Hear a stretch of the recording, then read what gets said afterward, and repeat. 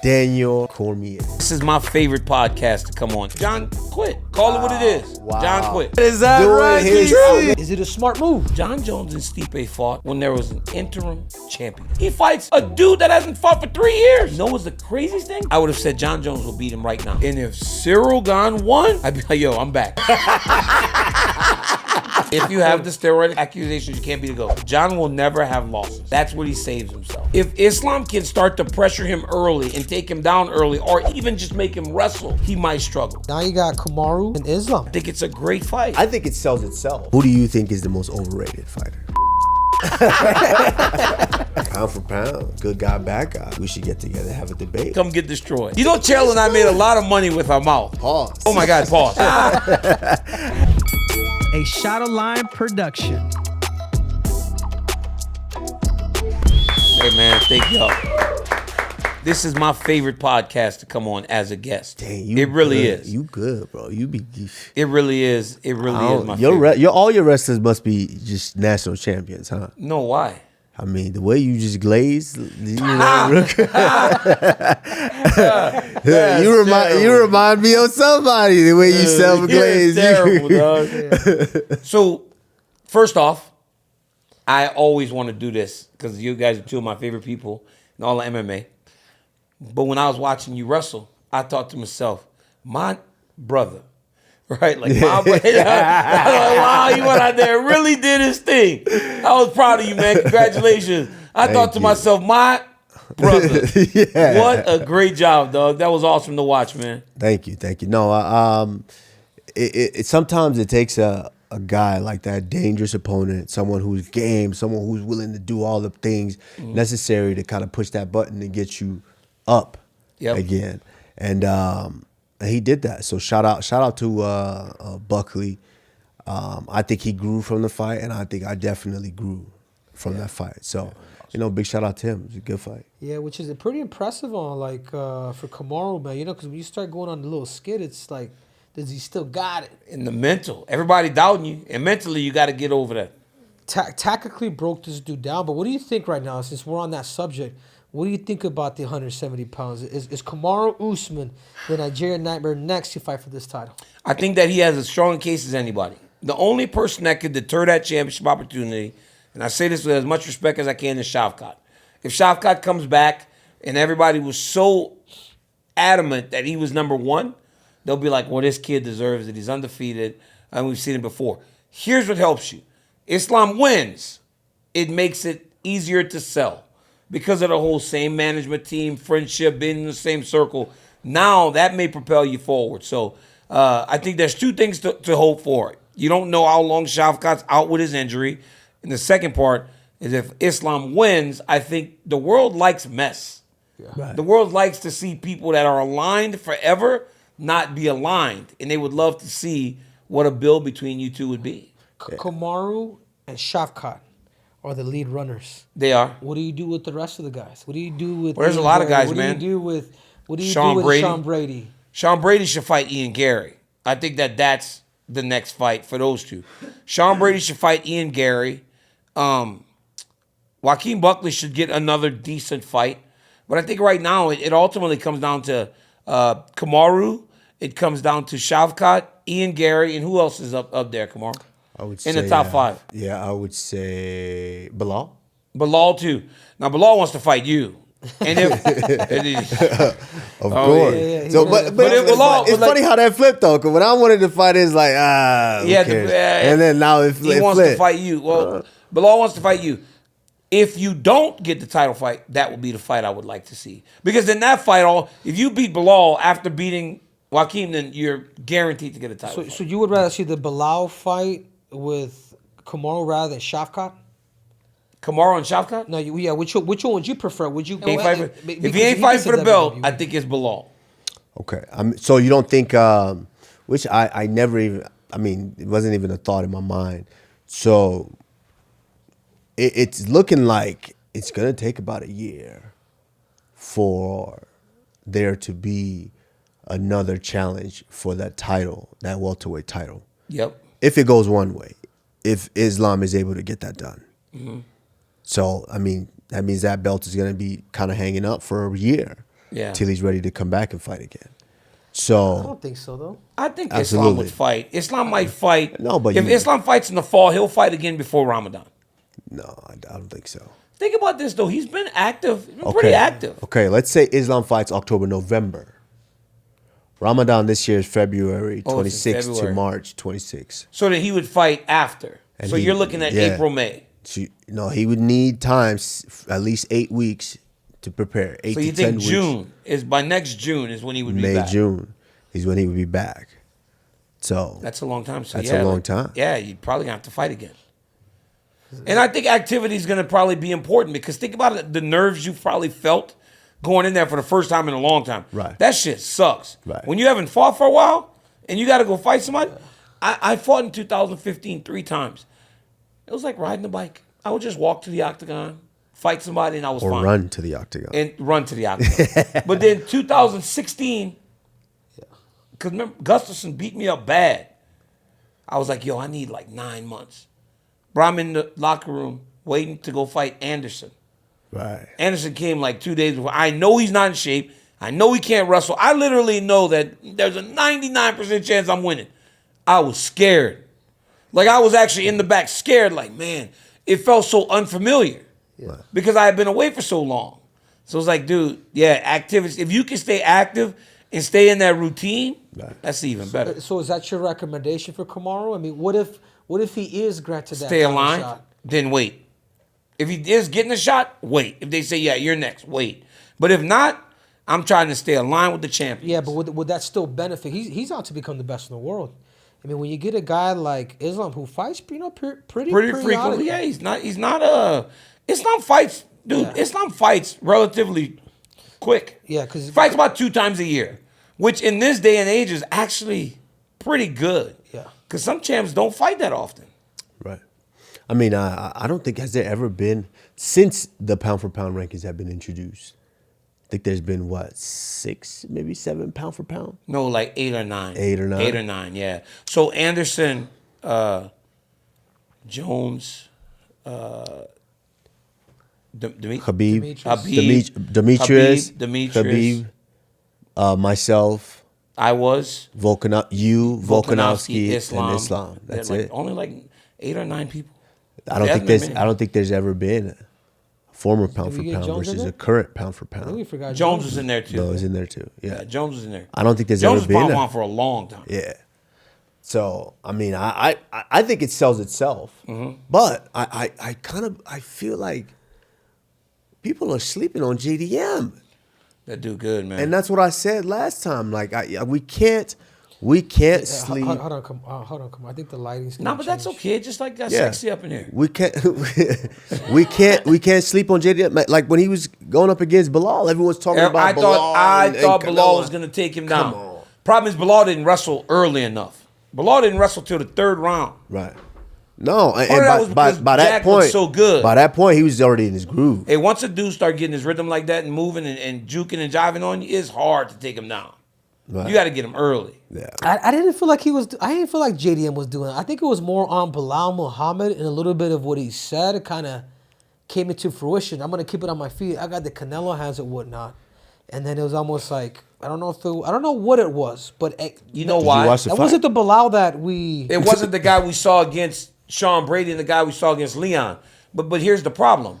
We got to be very careful not to give too much credit to one guy True. and take away from the guy that actually True. was the one that did what he was supposed to do because Absolutely. Jack Della That was the same Maddalena. thing for JDM. I'm talking about Jack Della Maddalena. No. We can't say it's more on Bilal because Bilal wasn't able to implement his game plan when Jack was the one that actually did what he was supposed to do. Off the rip. Off the rip. From the very start of the fight, Henry, Jack Della just looked different. Right.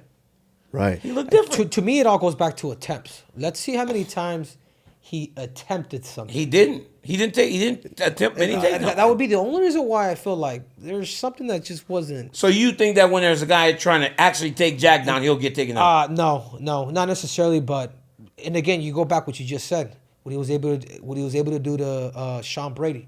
What he was able to do to Leon too, bro. Like His pressure. his level takedown. change, got him against the cage, took him down. Yeah, Like, but you're talking about different types of fighters. You're talking about the type of fighters like Leon. Leon will sit back and let you kind of work. Yeah, he likes to counter. JDM don't wrestle, but he was defending well, and he puts damage on you. Exactly. Off rip, he starts putting damage on you. And he can box. So how do you see that fight with him and Islam? I mean, you're giving JDM a lot of... I'm giving him a lot of credit. I think does he have the ability to beat a guy like Islam? Here's where he's going to have to show some improvement. He'll get takedown attempts coming at him very early. This time. The last fight, he didn't have to deal with that when he was fresh. If Islam can start to pressure him early and take him down early, or even just make him wrestle early, he might struggle. We've seen before him get taken down, but I don't know that he's ever felt anything like he's going to feel, because it's not going to be double legs and single legs with Islam. It's going to be him playing with his feet, tripping him, moving around on the octagon side, doing things that he don't recognize as freely. Yeah. Henry, you and I know, and Kamaru, you guys are very few. There are only few people that can truly understand what makes a person really good in wrestling in mixed martial arts. If I shoot a double leg, there's a very good chance they're going to defend. Most people will. They'll split their legs. They'll grab you. They'll do that weird defense against the fence where they open their legs wide and they underhook you. They do the split. But if I shoot a single or a double, boom, put you to the fence. Now grab a single. Then I will pull you off the fence. And then I run you back to the fence with a double. Now the guys start reaching and grabbing stuff. Then they start doing that weird stuff like coming over your head, almost giving their back. They start doing weird stuff because they don't understand wrestling in that second level, in the third level. Everybody's like, well, you used to throw everybody in the air. Because they didn't know what to do once I started moving them backwards, moving them forward, kick at their feet. Like, you keep doing all those things to give them way too much information. They understand defend double, defend single, push his head down. But when you give them all that other stuff, that's why the inside triple is so effective for you. Yeah. They don't know what that is. Yeah. They don't know how to defend that. They don't know how to get circle in the right direction, how to get out of the trip, how not to move when you pull me towards your overhook. You know what they're used to? They're used to grabbing an underhook and you pulling them towards the underhook. So when you pull them towards that overhook, they're like, huh? Then you inside out trip. Yeah. Yeah. So that's why. No, I get it, but she didn't answer the question. See, what the problem is, like, I can only give you that because I can't truly make a prediction on a fight. Like, the job doesn't allow it. Islam gets the job done. Now you got Kamaru and Islam. Yeah. How do you break that fight down? And how do you break them accordingly? I'm not saying giving or picking sides, but dude, they're two wrestlers, man, that have hands. I think it's a great fight. And in most instances, whenever you have two guys that can wrestle, you end up seeing striking. Who's going to be better in that realm? Can Kamaru Usman use his size to really hit him with the jab, keep him at bay, and make him work in areas that he doesn't? Because what we do know about Islam is he's a much better striker than people give him credit for. Bro, he won all the rounds against Dustin Poirier in a fight that was pretty much all striking. He gets judged on a different curve than most, though, because he's been so dominant. Everybody's like, well, Dustin Poirier fought him so well, but he didn't. It was literally 5-0 and he got submitted. Yeah. So he gets a little bit like... It's almost like Poirier got his licks, but he got dominated. He got beat. But it's like, because Islam's been so good, people judge him differently. I think if him and Usman fought, it's very good. I think there are way more interesting fights for him at 170 because of the size difference than there is at 155. Damn. So I think when he gets in that weight class, it's going to make for some much more fun fights. Because right now, bro, he put Charles... when was the last time he had finished someone? Right. He finished Charles for the belt. Then after he finished Charles, who did he fight? Moicano? Fought Volk. He fought Volk. That was close. Didn't finish him. The second time he finished Volk. Second time, finished Moicano. Finished Moicano. Finished Dustin Poirier. Yeah. And then before that, he was finishing Drew Dober. And then whatever that one... Dan Hooker. He finished Dan Hooker fast. He finished the little Brazilian dude that's the jiu-jitsu guy from American Top Team. He finished him too. Adriano Martins or whatever his name was. He's been finishing guys. And I think that the smaller guy can't really compete. That's who he lost to, I believe. Oh, Martins is who he lost to? Yeah. Well, who's the other guy? There was another guy, a jiu-jitsu kid from American Top Team, right at the start of this run where he's just been submitting everybody. Submitted Bobby Green. He just submitted them all. He beats them all because they're too small. We're going to take a quick break from the episode to thank our sponsors, Lucy. Yeah, big shout out to Lucy's for supporting the show. I tried my first Lucy over the weekend, and wow, man, it's next level. Now, if you don't know, Lucy makes modern nicotine products, pouches, gums, and specialty pouches called Lucy Breakers. Henry, how satisfying was it when the bead breaks in your mouth? That's a definitely pause. I've never had an experience like that before. That pop was absolutely wild. Woo! What's cool is they're not loaded with tobacco leaf and all that stuff you find in older products. Just clean ingredients, multiple strength from 4, 8, all the way up to 12 milligrams. Now let's talk about those flavors. We got mango, grape, mint, sweet, spicy, minty. They've got it all. Got me feeling zesty. Pause, Henry. Of course, we're big fans, and they've been a big part and an awesome supporter of the show. Go to lucy.co/pound for pound, and don't forget to use the promo code pound for 20% off your first order. Lucy has a 30-day refund policy if you change your mind. Again, that's lucy.co, and don't forget to use the promo code pound for 20% off your first order. And here comes the fine print. Lucy products are only for adult of legal age, and every order is age verified. Warning, this product contains nicotine. Nicotine is an addictive chemical. Now, let's get back to the episode. I mean, welterweight is fun right now. It's a great weight. And let's just talk about right now in the UFC. You know, we kind of have gone through this period where Conor disappears. Mm-hmm. Jon is kind of doing his thing. No, he's not doing his thing. Well, Jon's retired. Well. You can say Jon's doing his thing, but Jon quit. I said was quit. Is that doing right? his.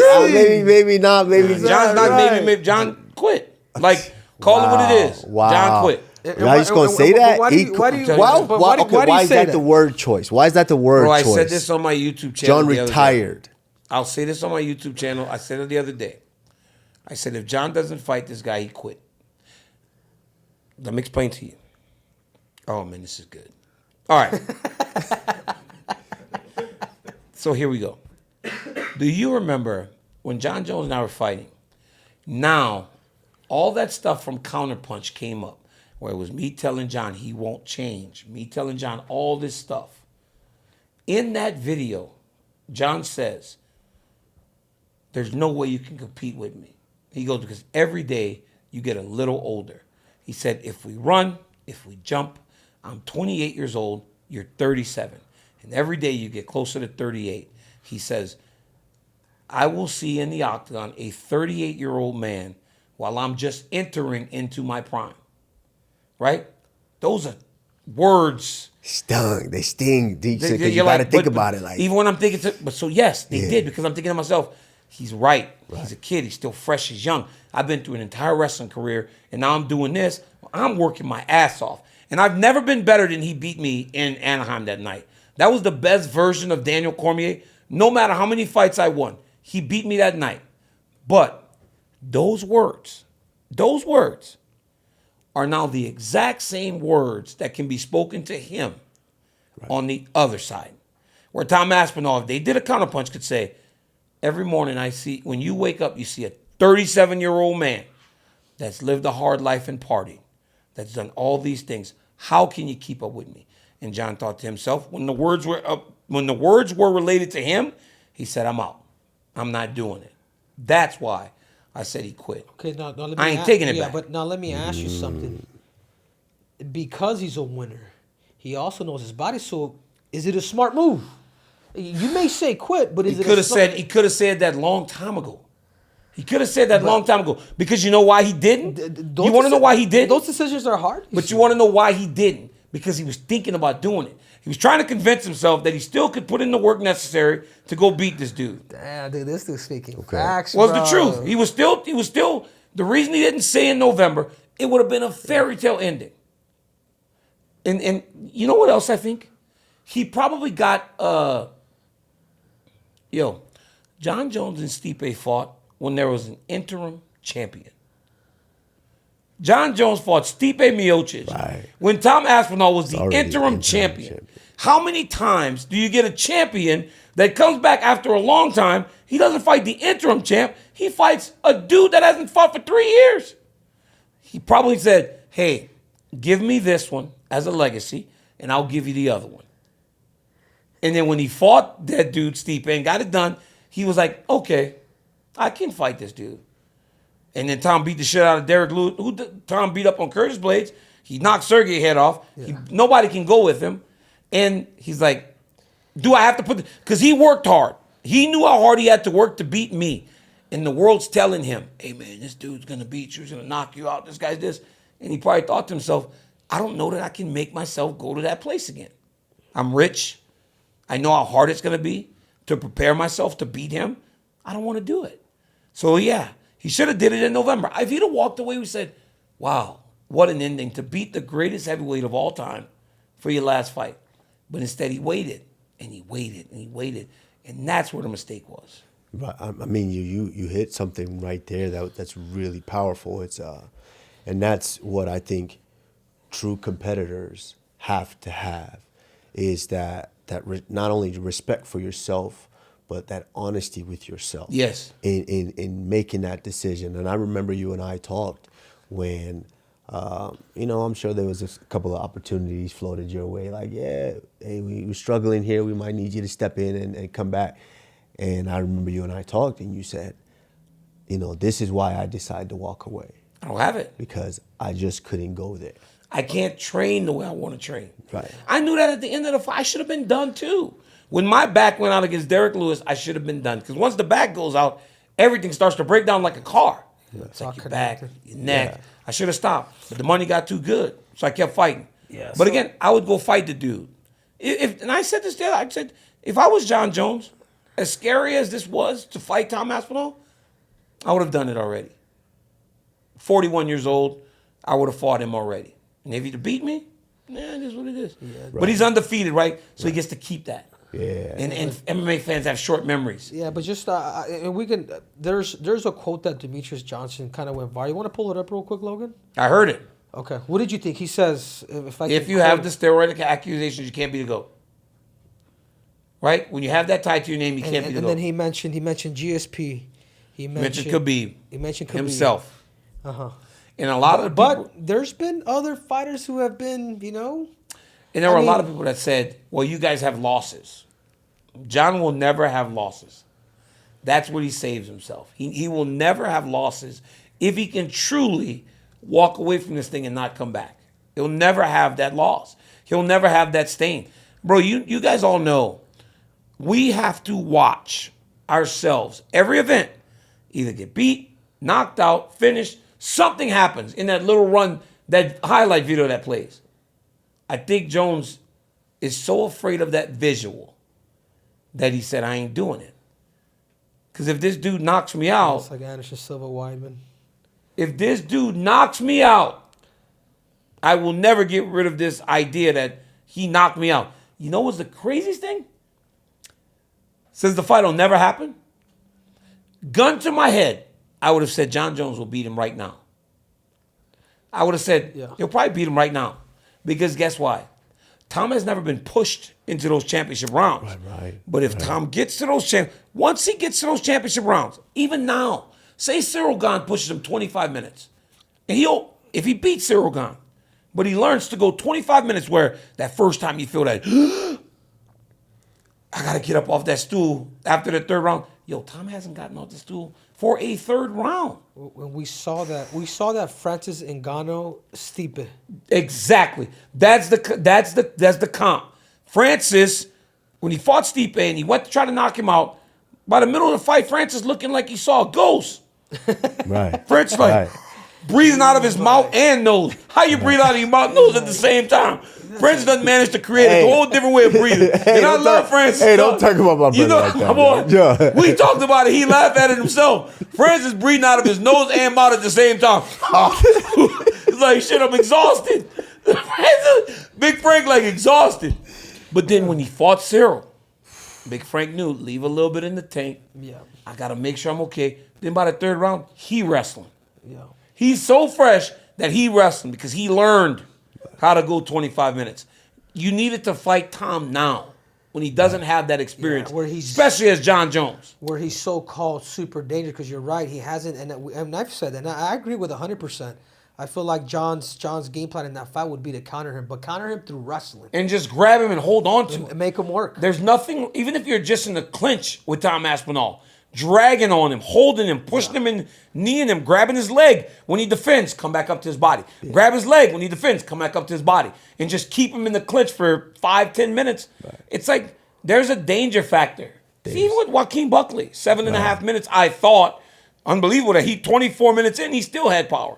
Yeah. Most dudes like that, though, have about 7 to 8 minutes to be super dangerous. Right. And then they start to kind of, the danger level is like not as high. Yeah, and I think people don't understand how effective that, just how it's exhausting that is when psychologically you come to thump. You want to fight, but I'm just grabbing you. You come to throw hands, and this guy, when your emotion starts going and your heart and everything is blood is pumping, you just want to punch, and this person's grabbing on you. You can't get him off. And then your arms start to blow up. Exactly. Like all of these things just really start. And I don't think people understand just how powerful that is and how exhausting it's one of the hardest parts of fighting. Right. But back to Demetrius Johnson, I agree completely. I agree completely. So you wouldn't even rank Jon at all. So I think in terms of fighting skills, that dude is good. Because, again, he beat me. Mm-hmm. And I am one that fought him when he tested positive for a performance enhancer. But I also recognize he's probably not the only guy I fought that had performance enhancers. He was just the only one I couldn't beat that had performance enhancers. So at the end of the day, he still won the fight. I don't worry too much about that. My frustration is, why did it happen every time? That's it. Why was it something every time? Why was it at UFC 182 when we fought? Everybody talk about the drugs, right? The cocaine that he was doing. But also the levels were super low, which are very suspicious. Why? Then when we were supposed to fight at UFC 200, he tests positive, they pull him out of the fight. Why? Then we fight at UFC 214. He tests positive after the fight. Why? All 3 times? Against me. All 3 times. All those times. Why? That's where my frustration comes. Because you know that I'm going to work my ass off. And if you aren't confident you can work at that level, you seek out help. I don't doubt for a second, and this is not just him, but all those guys that do cocaine and do dope and do drugs, I don't think for a second that if you do those things that will hurt you, you aren't willing to do something that'll help you. That is really my thought. If you do drugs that can ultimately hurt your career, you're going to do things that are going to help your career, meaning steroids. Damn. But every time. It was like, why every time? And it's not happening against the other guys. It's happening when we fight every time. Right. And that sucks. Yeah, so what happens now with if you're matchmaking? What happens with Aspinall? With Aspinall, and how do you rank the heavyweight division? It's so crazy too because they actually took Jon Jones off the roster. That was fast. Normally you let him linger. Hey. How they took him off the roster? No, you know we fight. You know the company. You know bro, but still, they must just be frustrated. Yeah, exactly. They must have got super frustrated. Know generally, how we get down. Well, how often is someone just still sitting on the roster after they say, "Yeah, I'm done"? Francis is nowhere to be found. Yeah, but that's different. How? Because Francis went and did something else. He's in a different organization. He's still active. But we were upset with him. If Francis said, "I'm just done fighting," I don't know that he'd have been removed from all that as fast as Jon did it. Because I think there's some frustration. Bro, they announced that Jon was retiring in Baku. Just at a post-fight press conference. And it wasn't even like the first thing out of Dana's mouth. 10 minutes went before you announced that the greatest fighter of all time has retired. So there might be some frustration there. But it does, like, if I was Jones, I'd have been like, leave me on there. Because it seems like he's having a good time trolling and messing around. And if Cyril Gane won, I'd be like, yo, I'm back. We saw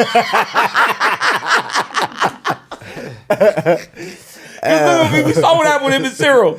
If Cyril Gane won, I'm like, yo, I'm back, or I'm just on the internet. And that's what you thought was going to beat me? That's what he could do. He used to sit there and go, "That's who you guys thought would beat me. Cyril beat him." Well, you know, of course, it's gonna happen because I think that shit is hilarious. I love when he get evil.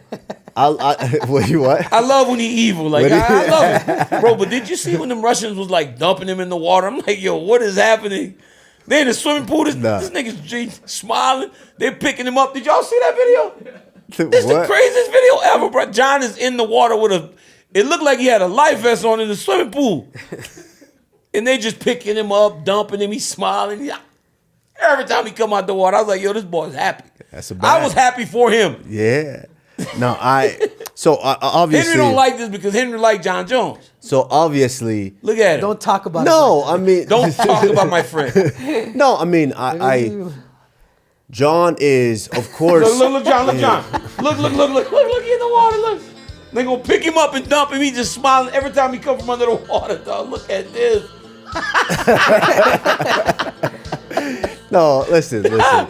Jon, he gonna be mad at y'all too. No, because y'all laughing with me. No, I mean, Jon knows like that level of respect that I have for him and everything that he's done in the sport. Like we all agree when it comes to just skills and technique of fighting. He good, man. The way that what he was able to do, because we've had a conversation with Dominic Reyes, and Reyes fought him, and trying to match that skill for skill. Reyes is a better boxer, per se, because as far as how you use it in the fight, and he mentioned about Jon's how he puts it all together better. Yeah, how the distance control of how Jon doesn't knock guys out, boom, boxing with his hands. But I'm talking about putting together a complete fight. Look at if you want to look at prime Jon, look at Jon Jones and Shogun Rua. Dude, that was when he was young and he beat the shit out of shit. I mean, dude, that was crazy. Just the mixture of technique. Even Bader, man. Even when Bader we thought was going to be good, he killed him.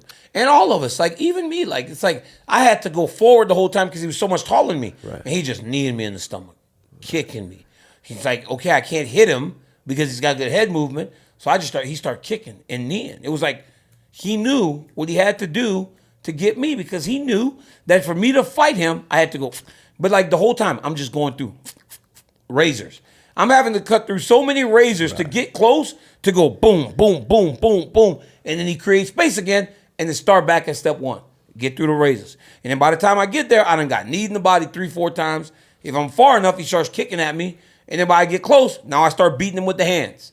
He starts trying to elbow. It's like just so many different weapons. Right. And how can you not respect that? Because at the end of the day, look, be like Chael. Say it. I did steroids. So what? Steroids don't help you fight. They help you train. Inside that octagon, though, that's not the steroids. That's Jon Jones' fighting ability that is carrying him. Right. Wow.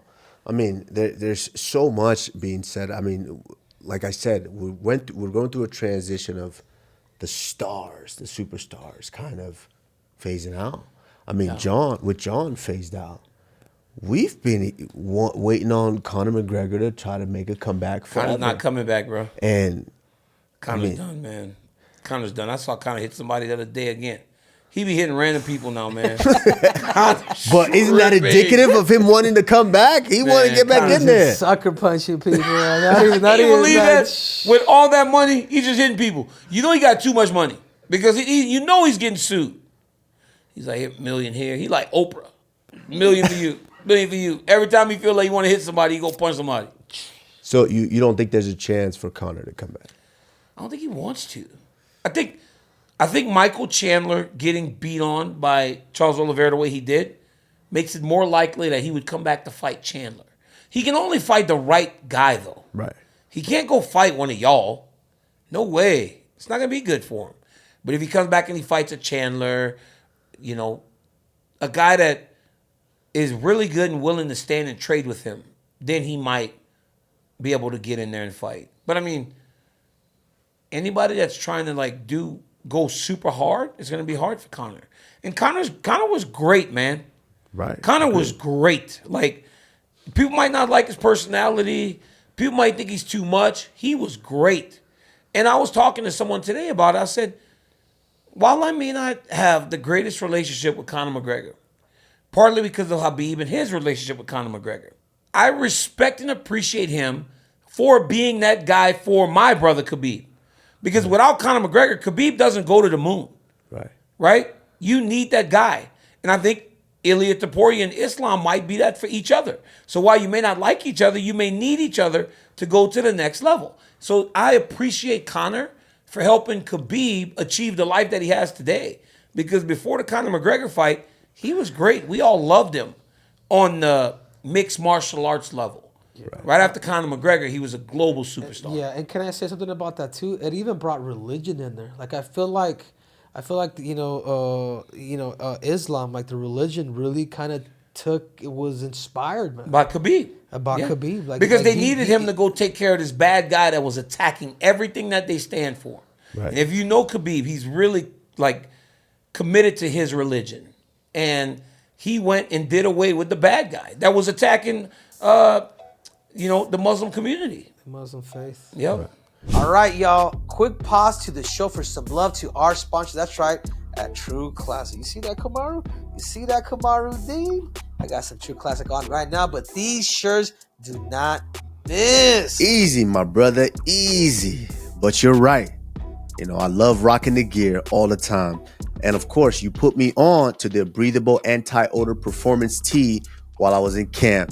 Thank you, my man. True Classic is comfortable and it fits perfectly. Soft, clean, no weird bunching. It hugs the right spots and lets you breathe where it counts. Forget overpriced designer gear. Forget fast fashion that falls apart. This is everyday elite. True Classic has one mission: to make sure guys look good and feel even better. They've definitely got it right. The fit, the feel, and the price across your entire wardrobe. Not just tees, but hoodies, jeans, activewear, everything you need to level up your everyday style. True Classic delivers premium essentials built for real life. Grab yours at Target, Costco, or head to trueclassic.com/P4P. Get hooked up today. Now, before we go, just want to give a big shout out to the CEO and founder, Ryan Bartlett, for coming on our show and just showing some love. Now, let's get back to the episode. I mean, like I said, we going through that. We're losing Who's stars. next? And then we kind of, and I feel like the last year and a half have kind of been in this phase of trying to figure out who's going to break out, who's going to be that next guy to carry the torch. And now I feel like right now where we're at, they're starting to put these fights together again that could potentially, someone could shine out of there. Mm-hmm. You know, we've got Oliveira and Ilia. That dude, that could also send Ilia out there for a while. Mm-hmm. You know, and then you've got DDP and Hamza Chimaev. Yeah, who emerges from that? DDP, man, he is something else, bro. For so long we thought he just was bad. He's not. He's really good. He's like really, really good. Did you ever see that thing with him and like he's like they show like a clips of Homer Simpson like doing everything wrong and somehow winning, and they kind of show like the same. Good, dude. That is bro. Hilarious. He was just I was like, okay, so Izzy's gonna just counter him. He's too good. And he got Izzy bad. He was all over Izzy. I mean, he put it on Sean Strickland bad. Yeah. That last time. Like, you gotta respect that style. He's good, man. He's so big, he's so strong, and he's good. Now, Hamzat, in a sprint, can't stay with him. DDP can't stay with him. But I think if the fight goes long, it starts to get interesting. Right. Because I think Drakus is there for 25 minutes. Hamzat needs to be there for 25 minutes also. It's a lot of squeezing, Kamaru. Like you fought Hamzat. Right. So who do you think right now it favors? Because I know you can't make obviously a prediction, but who do you think it favors right now? Because looking at the way Hamzat just disposed of Robert Whittaker. Robert Whittaker was crazy, dude. So I think, and DDP is going to be like, what the hell, dude? I think when the line comes out, and I'm pretty sure it's out already, you guys can check it, Hamzat will probably be a favorite. And I think it's because of what you see. It's why Ilia Topuria right now is a 4-1 favorite over Charles Oliveira. Wow. Because all you've seen is him just destroy people. So I think minus 180. Hamzat is minus 180. And I think just when you look at it, that's probably It's pretty big, about too. right. But I don't know, man. I'm done doubting Drake is Duplessis. It's kind of like you. Seriously, it's kind of like you. I remember we sat at the pay-per-view table one time after you got done, and I said, we just got to stop doubting Henry Cejudo. Like, stop thinking he won't win because he's winning every time. Yeah, it's like I when think that's what Drickus is. Yeah, it's like when I got knocked out by DJ and had my rematch, and then kind of went on a little everyone's rampage. like, it's time to now stop doubting him because he's just that good. I think DDP is one of those guys. No, I mean, I feel like we're seeing a resurgence now. We need stars. I mean, and you look at what Merab has been able to do. That dude's lately. good too. What Merab has been able to do, it's been incredible. But can he connect with the fans? Can he connect with the Merab? general fan, Merab? I think talking Merab about- right now is in damn near in first place with But I'm how he's asking you, connected though- to these fans But now. I'm asking you though, are they hitting the pay-per-view button? But these That's the fans, question. Are they purchasing the You know what? pay-per-view That's a very when they that's a- see Merab? That's is a- They can Ilya love one you. of them? Could Ilya be one of them? I think Ilya could be. I think Ilya could be. Right now, is he he's there not right right now now. to where people just go, Ilya to Poirier on the card, I'm buying the pay-per-view? I don't know that. I don't know that. I know that Islam was the champ for a while, and people weren't hitting that buy button as you thought they would, But- even if he was dominant. Okay, so what's Khabib got there. What's the merit of what? Because I know this answer. I've really done a lot of research on this and a lot of thinking. What's the merit of where you're saying with these guys? Is it just pay-per-view sales or connection with the fans as well? Because right now I think Merab is in first place. Merab has got a great connection with fans. They love him. It's pay-per-view sales. It's Okay. It's your merchandising. It's your ability to go get sponsors. You do all that. If you look at it just with that, minus the pay-per-view, they're all doing great because they all have sponsors out the wazoo.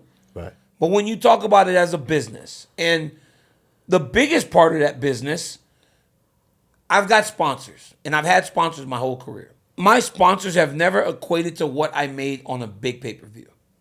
Ultimately, that's your biggest piece of business, is the pay-per-view. That's when you know you're there. That's when you know you're there. When you have a baseline number of fights that you will sell, where you always collect a check, that's when you know you're there. I don't know that we have many of those people that can say, when I fight, there's going to be 500,000 buys. So I'm going to get paid money on at least 300,000 pay-per-views. the typical people that tend to dominate pay-per-view are Americans. There was one guy in boxing that I can remember that was doing crazy numbers, Manny Pacquiao. Could a guy like put Alex Pereira, Ilya Topuria? Who is that next guy that could put that? Pereira was doing well. Pereira was doing well. He was doing well. I mean, Gangbusters. I just think the day No, of, see, I don't know. That's why I'm asking. I think the days of 900,000, 800,000, those days are going to be hard to come by. Kamaru was a part of that with Masvidal the first time, I believe, with a big number like that. It's hard to replicate that. I did a couple big numbers. Yeah, I did at least. I got a good 3-4. Yeah, it's hard to pay-per-views. replicate that today. People are stealing it. Exactly. So that's my next question, because if this is the merit of which you're one of them holding right there. the new stars, That looks stealing pay-per-views. Okay. if that's the merit, but the game has changed to where back then you can get these superstars, because that was for you to watch these big fights. It was just pay-per-view. It wasn't nowadays where there's all these streaming platforms and they have all these different partnership with some of these streaming services all over the world. So the days of getting 900, because guys were doing that. Rashad and these guys were doing that easy. Chuck These and guys those back guys then, were they were doing that doing big easy. numbers. So that is And I unheard think of there were nowadays. less pay-per-views also. There's 13 now. Absolutely. I think back then it was like maybe 8. You understood that when a pay-per-view happened, it was a big fight. Because now we have 13. We have one a month and sometimes two. Sometimes we have 14. We had 2 pay-per-views this month. Think about it. In June, earlier in the month, we went to Canada. Was that Bilal? No, that was May. We went to New Jersey. New Jersey. This month. Yes. And watched Merab Merab. win Merab. against Sean O'Malley.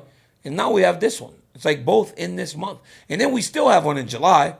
Right, with Poirier and Gaethje. So it's like there's just more of it to ingest. Yeah, well, Poirier and Holloway. Sorry, Holloway. no, Poirier but, and Holloway. but you just mentioned a name. You know, obviously you're really close with Justin Gaethje. I know you guys go golf. He's really good at golf. I heard he's crazy. Yeah, I'm the best. But he's talking That's not about true. potentially retiring if he doesn't get a title shot. And you obviously, Gaethje's what, 35? He's going to be 36 sometime around this time. I mean, what would be your advice for a guy like Justin Gaethje? Does he deserve that title shot? It's hard to take the hard stance with them, Right. with the UFC. Right. When you take the hard stance with the UFC, You won't win. You better be prepared where if it doesn't go your way, that it's going to just move on. The UFC is going to just go forward. Like, we as fans will lose if Justin Gaethje walks away right now, because I think he has more performances left in him. In terms of a title fight, Ilya will fight Charles Oliveira this weekend. I don't understand how anyone in this weight class can say, and again, Justin's my great friend, that they should get a title shot over Arman Tsarukyan. He was the number one contender for the last year. He was in line to fight for the belt in Los Angeles, and then it didn't happen. And then it was because his back went out, right? Some people were saying it was a weight issue. Well, today he stepped on the scale as a backup fighter and looked in phenomenal shape. It just feels like Arman Tsarukyan should be next to fight for the championship. But if I'm Justin, I don't know that I'm fighting all those young dudes. Just don't know if it serves him. I mean, if there's Paddy Pimblett. I mean, that's the fight that people think that's I the most understand, logical. but I just don't no, know, I man. 100% agree. But how else do you get to the title? It's got to be somebody else. I just don't know if that's the fight, right? Like, maybe it makes sense, but dude, when you're getting older,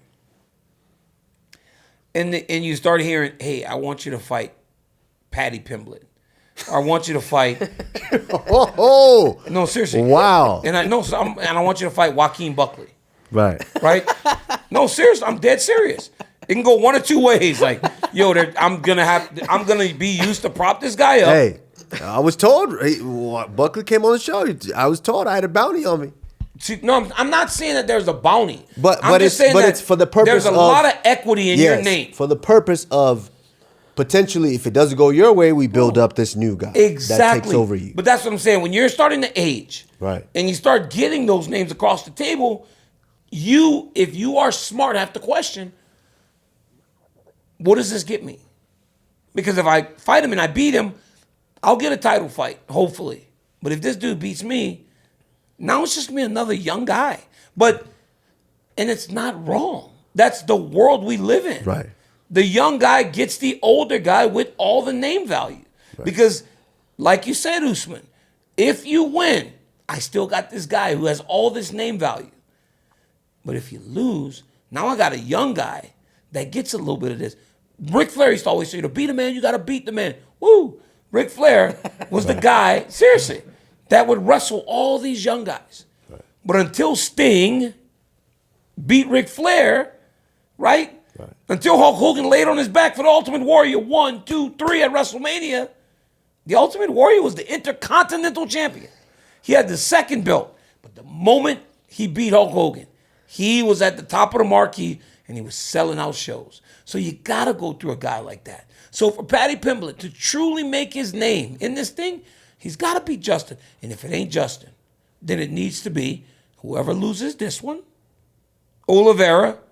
Who are those 5 guys that have been in this weight for a long time? Chandler, Oliveira, Poirier. Justin, Poirier, and Islam now. You got to hope Dustin Poirier stays. Or if you're Paddy Pimblett, you hope to get a Max Holloway. You need one of those marquee victories to really propel you forward. And if I'm Paddy, I'm not fighting anybody but one of those names. True. Because that's going to put me in line for a championship. So, yeah, you got to really look at yourself. Who'd you fight last time? Song.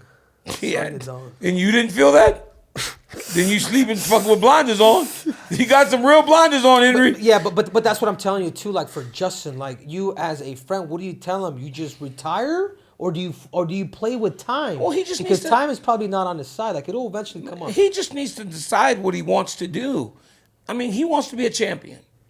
When you want to be a champion, it's just not easy. You're gonna have to fight those guys. It sucks. You're gonna have to fight those guys. I don't know that you can. I just don't know if you could say I'm not fighting until I get a title shot. I just don't know. Yeah, you're right. I mean, We can all hope for him. He had a better chance of fighting Islam because Islam had beaten everybody else but him. Right. But now that there's a new champion, Charles wins, they've already fought. Ilya wins. Well, Ilya hasn't fought any of those guys. So they're going to start putting those guys in there before they get back to JG unless he wins one more. Yeah, I mean, it's an interesting place to be in that division. I think, taking that hard stance is it's a difficult one because you don't want to be caught out there on that island by yourself. Because as time passes, you just age, right? And the company just keeps going. You look at a guy like Merab, which I think is in first place right now as far as connection with the fans, because the fans we have young fans now. They're young. These young kids, these young streamers. Exactly. Got these young streamers. But let me stop you right there. But popular, but he also wasn't bringing in those pay-per-view numbers. I heard. Murad, Aljo was like, dude, if I would have known the type of numbers that this dude brought, I would have waited.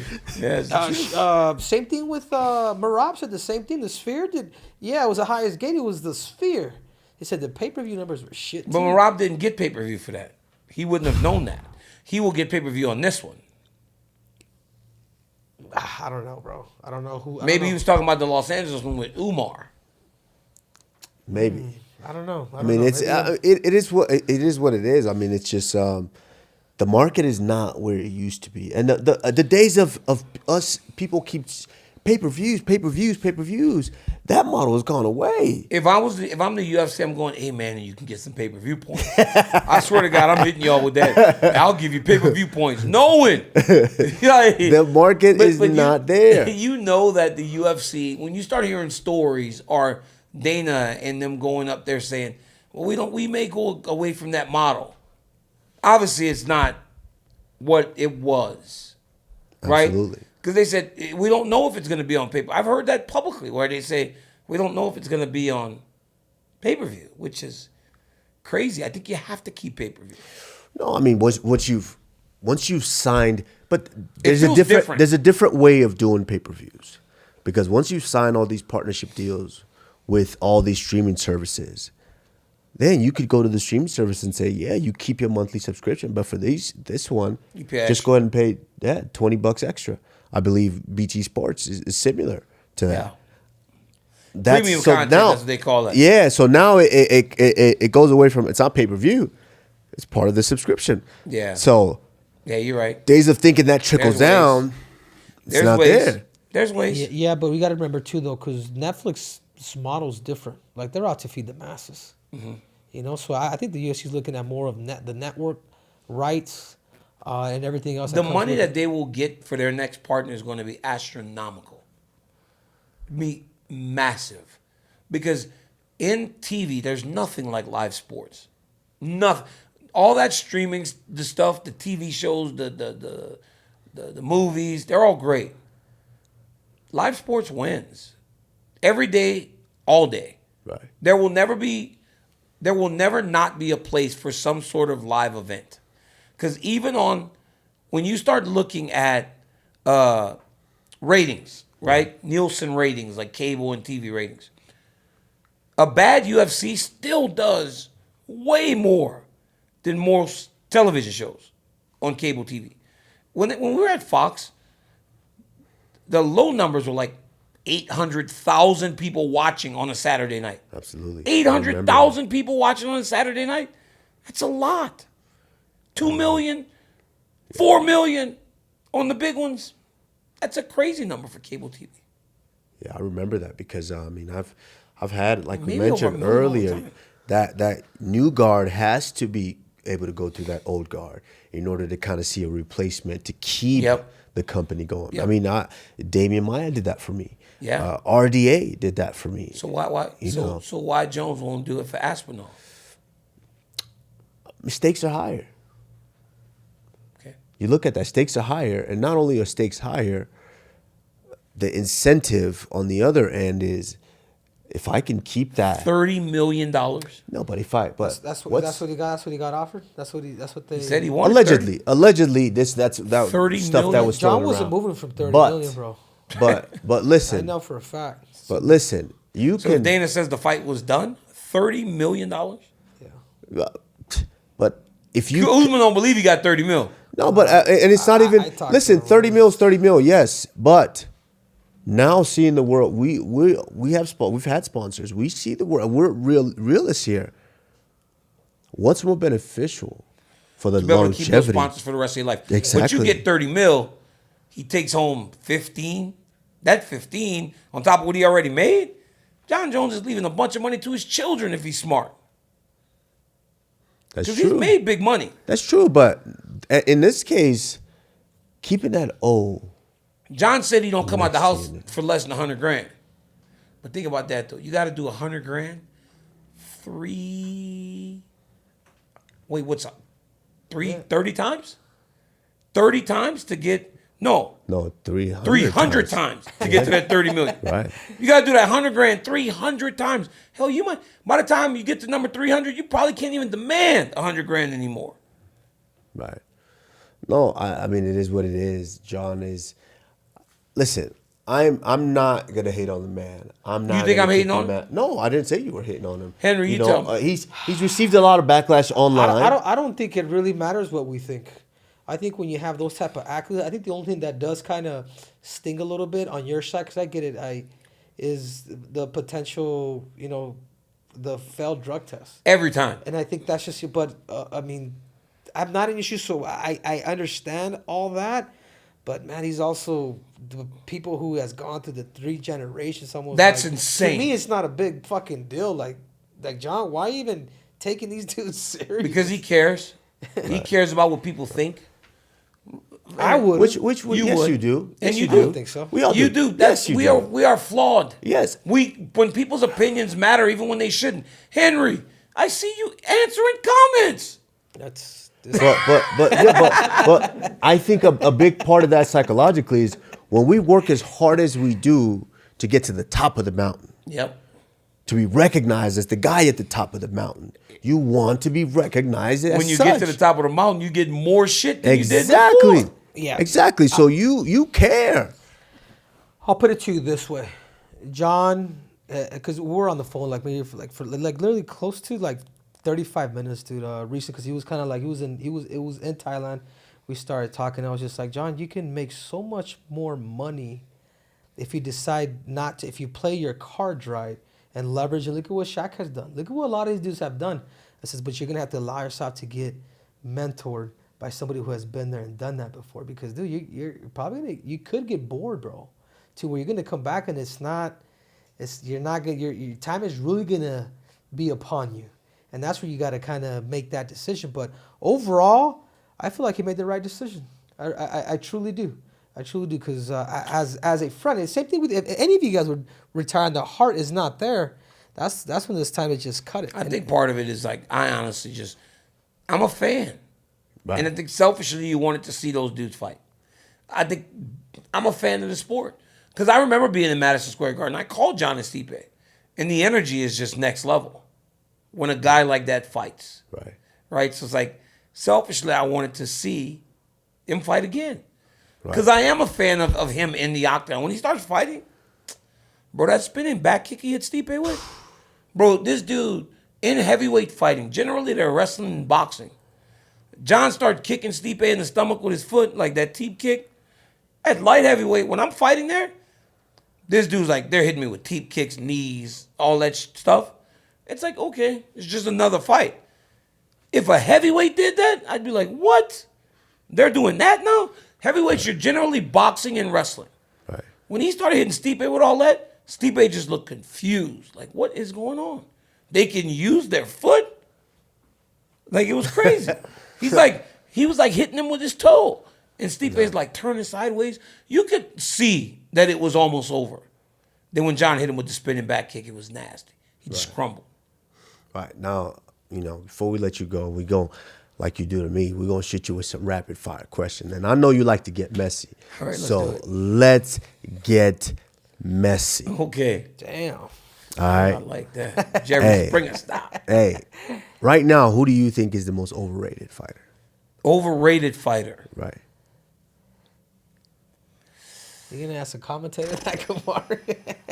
Hey, we're gonna get messy. He like to get messy. What's up? Hey, I don't. hey. I honestly can't think of a guy that I think is like super overrated. I'm literally thinking right now. I'm thinking of guys. I'm thinking of women. There's no name that pops off the page at me that's Here, overrated. I'll help you out with that. Bo Nickel. He's not. It's not that he's I don't think that he's but- overrated. I think self-worth and self-value is very important. I think his self-worth was a little higher than he thought it should be, and that forced the company to move him faster than he needed to be moved. So I don't think he's overrated. I think he's right where he should be at this point in his career. But when you start talking, you beat Val, right? He hit Val, bing, bing. Val just standing there. Val's hurt, but he's just like not moving. So Bo's like, oh, he's still there? Hits him again. Boom, boom. Then he hits Cody Brundage, who Cody Brundage is a wrestler, but Cody's afraid of Bo a little bit, so Bo submits him. Now Bo starts talking about Hamzat. Seriously, Bo starts talking about Hamzat. They put him in there with was it? RDR. No, not RDR. No, the guy no, before. Oh yeah, Paul Craig. Paul Craig, who Craig. at one point was in the top 15. Right. Now, once you beat a guy in the top 15 or that was in the top 15, they have to move you forward. And so then RDR gets him. And honestly, RDR should have been favored to get him. Of Two course. division champion, one FC. Of course, but I think. But again, it's like all people the didn't hype. know that. Yeah.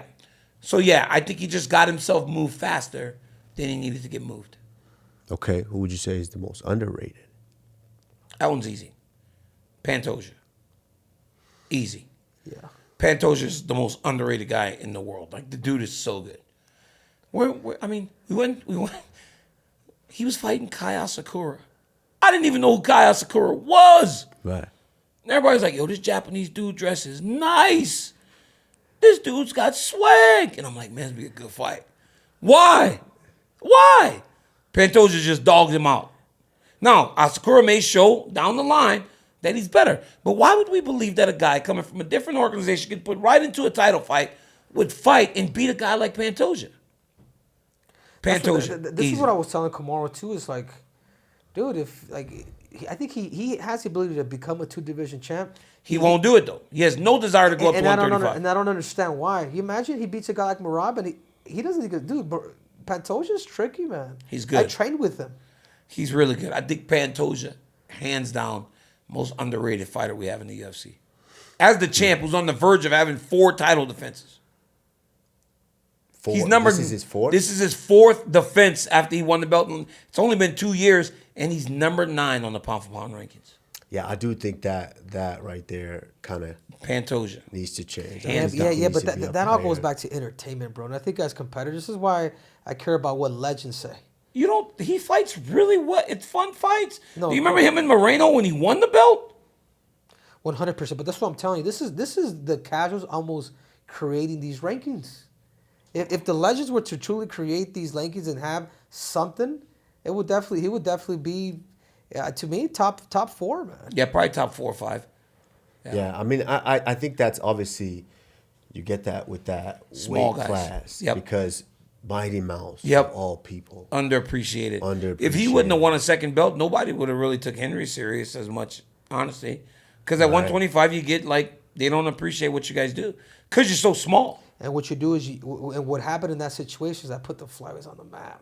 Yeah. They're like, whoa, okay, these dudes could go up and beat these dudes? Yep. A weight class that has always been competitive? Yeah. It's same thing with, I think Pantoja's biggest threat is the Japanese. Tetsuro Taira? Yeah, Haraguchi. Oh, you mean Or, Manel? yeah, the dude that's been training with him. Yeah. Oh, just you mean came back. Manel?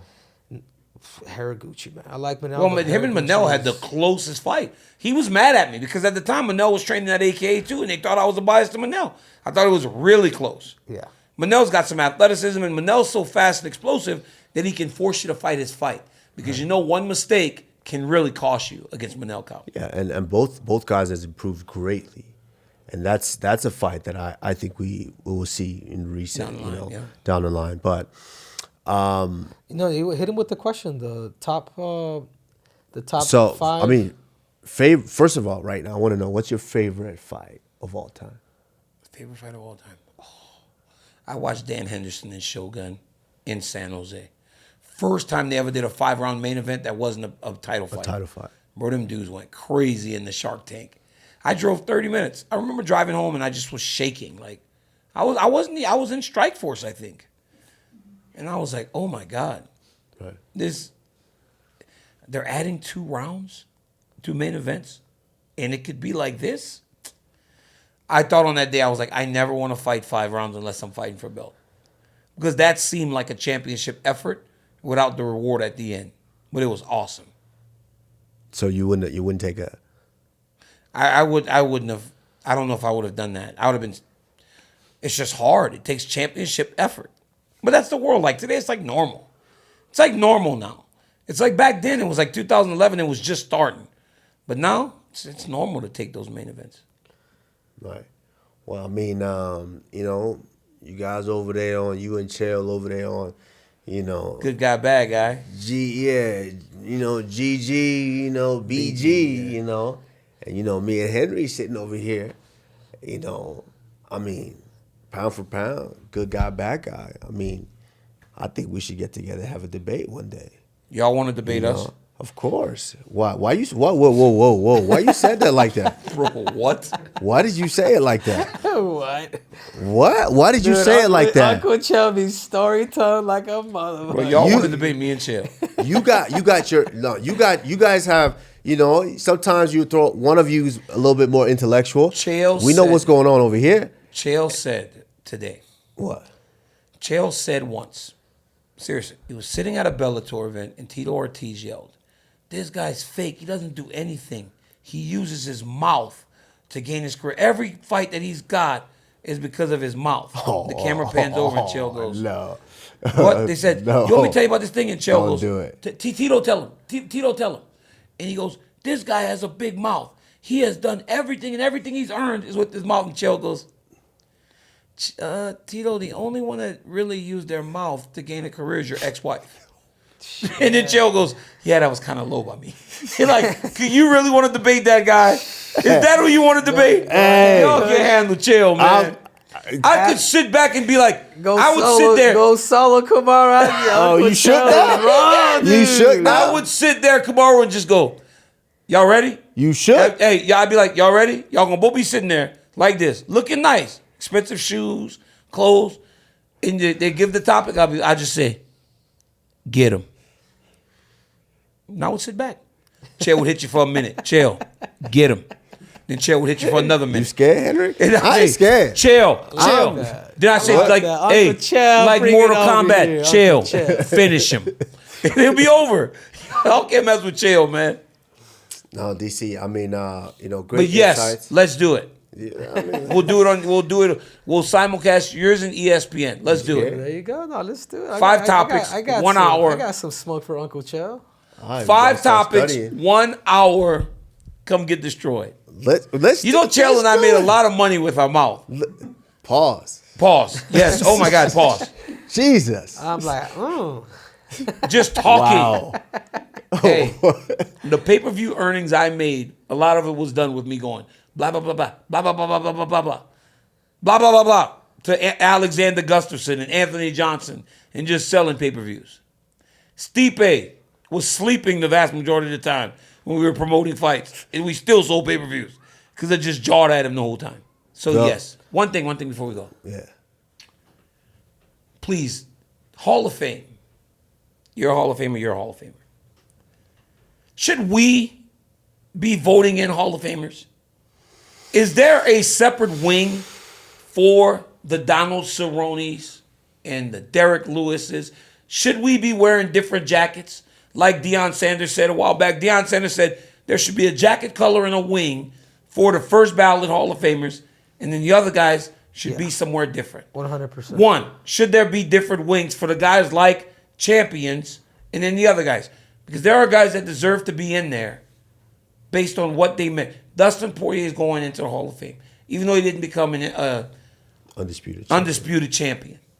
Should Dustin Poirier sit and live in, or Cowboy, or Uriah Faber?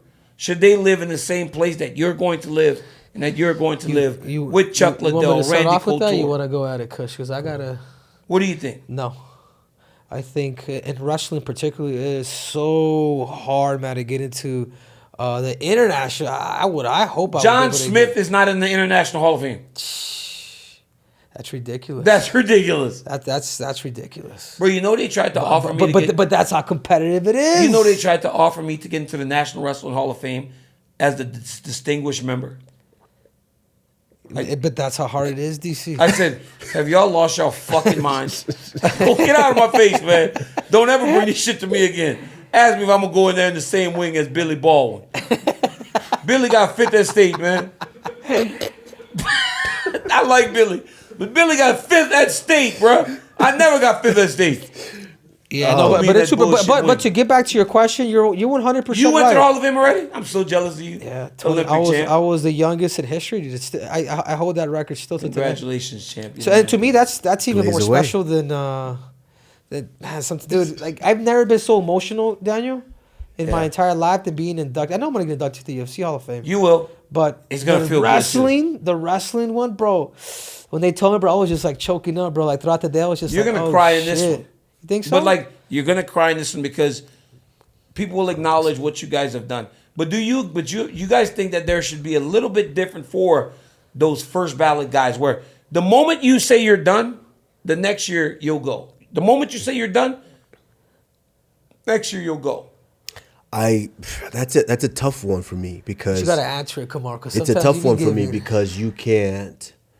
It's extremely difficult to say a guy like Justin Gaethje doesn't go in the Hall of Fame. He will go into the Hall of Fame, and rightfully so.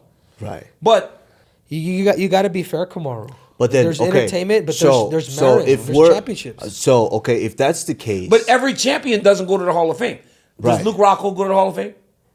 I don't think he defended his belt. But so then that's a champion that doesn't go to the Hall of Fame. What about Nico Montano? Remember her? She's a champion. Does Aljo go to the Hall of Fame? Carla Esparza. Carla. I think Carla goes to the Hall of Fame. Let me tell you why. Because Carla won the Ultimate Fighter. She won the belt twice. Right. But is Aljo a Hall of Famer? Seriously. I mean, yeah. You can't right now. I think. Yeah, of course. But I I'm think saying, it is. There's got to be a different criteria where you separate the merit and then the pioneer or whatever you want to call it. So what's I agree. This is the thing. Okay, if we're wearing different jackets here, what's the point of making them Hall of Fame? I think you make them Hall of Fame. Yeah, you're right. Right? What's the point? Dude, basketball, football, dude, these are so hard to get into, bro. There's dudes that won multiple championships that are not even in the Hall of Fame for their respective sports. But I think that there's only a few cases. Somebody made this argument this morning. They said, well, if Cowboy's in, then Dustin has to be in. Dustin shouldn't have to be in because somebody else is in. Dustin should have to be in because he's been that good and he's meant that much to the sport. Right. And I think when people go in that may not have, like this, if you're the person that has more wins in the UFC history, Michael Bisping had that when he retired, and that's the sole reason you're going in, what about when the records get broken? Then what? What are you in for? At one point, you had the wins lead. Well, Let me ask you this. I think if anybody has influence, Daniel, and I agree with you 100%, it's you. Jim Miller. Does he go to the Hall of Fame? He's fought more than anybody in the UFC history. No. I got killed for that. I got killed because I said he shouldn't go to the Hall of Fame. When there's a guy that plays offensive guard for the Rams that played more games than anyone, and they were going to, I think they might have, Whitworth, I think his name is, I think they put him in the Hall of Fame, didn't they? Or they were thinking about putting him in the Hall of Fame. He was on the ballot because he played more games than anyone. Right. So then in UFC terms, that would mean that Jim, who I love, would be on the ballot to go into the Hall of Fame. I think the criteria changes when there's something tied to it. I mean, I'm correct me if I'm wrong. I think Hall of Famers in the NBA, there's some type of stipend or. Well, you have to wait. No, you have to wait a certain amount of years before you go in football and basketball. Right. But yeah, I mean. But if there's, let's say, there is a program tied to that, to where it's like a Social Security program, to where. Yeah, but we don't have that. Exactly, but if that is tied to it, does that change? And I think it definitely does. Yeah, it makes that Kamaru's process. Fire. Did you hear that? It makes that process Once a lot you more tie selective. money into shit, People will think different and twice and everything Yeah. that you're talking about. 100%. But do you believe that the Hall of Famers should be the ones voting in the next people into the Hall of Fame? Yes, I do. In some world. In football and basketball, baseball, it's the writers. It's media. Yeah. We know that the media and MMA can't even get the rankings right. Right. So we can't put that in their hands. Should the people that are in... I think so. With I think a few so. people, I think that like that's with Dana what's and warranted. with some people from the UFC. Yeah, I think to that's decide who goes in. warranted because those people who have worked so hard to put themselves in that position, in that distinguished group, are the only one who's going to appreciate it enough to actually take a good look at the next guys that they're going to put in to be in that distinguished group with them to I say, had a class for next year. yes. I had a class for next year this morning. It was Dustin Poirier, Cain Velasquez, Demetrius Johnson. How about that as a Hall of Fame class for next year? Well, I mean, the fact that problem- Demetrius Johnson isn't in the Hall of Fame right now is kind of crazy. Well, I mean, Demetrius Johnson just retired. 2 years ago, no? No, last I year, get I that, but believe. two, it's almost like he was already kind of given that respect in that other organization. But he went to ONE FC and we still brought him back for the greatest fighters of all time. The UFC has no issue with Demetrius Johnson. but you have to. I mean, it's I mean, Shamrock. eventually. Frank Shamrock hasn't been inducted. Nope, he hasn't. He hasn't. Dude, he at one point he was pound for pound and one of the, if not one of the best middleweight. I There's believe. guys that aren't in the Hall of Fame right now, like Junior Dos Santos. There's guys that aren't in the Hall of Fame, like obviously Kane's not in there. Demetrius Johnson's not in there. And to me, I think that is nuts that he's not in there yet. Well, I think Kane, is a little different circumstances. I think Kane, when if he's Kane didn't get into that able to- trouble that year, Yeah. that me and Khabib went in, it would have been great if it would have been me, him, and Khabib. Right. That would have been a sick ass Hall of Fame, all AKA. Yeah. But you guys don't think Luke gets in, huh? If you're talking about the credentials that you're talking about, he never defended his belt. Mm-hmm. Then probably not. Yeah. Right? Do you agree with me? I mean, am I I kind of do. I kind wrong? of do. I think that the only way I look at it a little different is because he had such a great career in Strikeforce. I think so. Okay, okay. And, yeah. Was he a Strikeforce champ too? He defended Yes. it like 4 Oh, times. then I I I think think maybe I take it back, dude. I think I take I it don't back. know. I forgot about Strikeforce. Yeah. But I don't know. I just wanted to ask you two as guys that are going into the Hall of Fame. Yeah, it's difficult. I definitely got to go back and forth with that. But I like Luke. No. I think I got to go back and forth with that. Juliana one to really Pena, look at it. Hall of Famer. Juliana Pena. Seriously. Ultimate Fighter Dude, I feel winner. like you're Ultimate fucking Fighter with me. Won winner. the belt twice. Championship twice. Well, you know Same as what? Carla Esparza. Well, you know what, Okay, Daniel so- Cormier, so let's here's put him the- on the Hall of Fame, dude. Right, but like there got to be some hard decisions, Yeah, right? there has to I be think the- so, Juliana Pena, because if you're looking at the females, He's shaking his head. the no, women dude. who Look at have No, you Bring don't him think or so? ask him. Why not? No. But so, did you have I a problem think with Carla so. Esparza too? Because they have essentially the same career. No, I don't think the same career. Dude, they both won the Ultimate Fighter. He's Both won the belt sexist. twice. Yes, Juliana but- has that win over Amanda, though. That's the Exactly. difference. Exactly. That's the difference. So I don't know, man. I mean, That's a there's great there's conversation, though, right? Great conversation. Maybe we'll have that. Maybe that'll I be a think- topic for good yeah. guy, bad No. guy versus. I agree. Yeah, but I will say this, Daniel. I would love to be a part of it. If you do decide to do something like that, because it is precious, and this is how you keep the sport pure and kind of connected. If the NBA, if the NFL, and they have that, it's time for us to kind of step up and do the exact same thing. Yeah. So I 100% agree with you. Well, DC, as always, it's Was this great 40 to hear, minutes or? It's great to hear always from my two-time You owe me money. two-time It's been an hour and a half. You said two-time 45 minutes. JUCO champion. It's always great Give me my money. to hear from you and get your insight and your intake. Now, arguably the voice of the UFC, of course, with Joe Rogan and John Anik. But man, it's always a pleasure, bro. Thank y'all. Thank y'all for having me, man. I appreciate it. You guys are the best. Anytime. Anytime. Well, as always, I'm the Nigerian Nightmare Kamaru Usman, Henry Cejudo, a.k.a. Triple C. and we are out.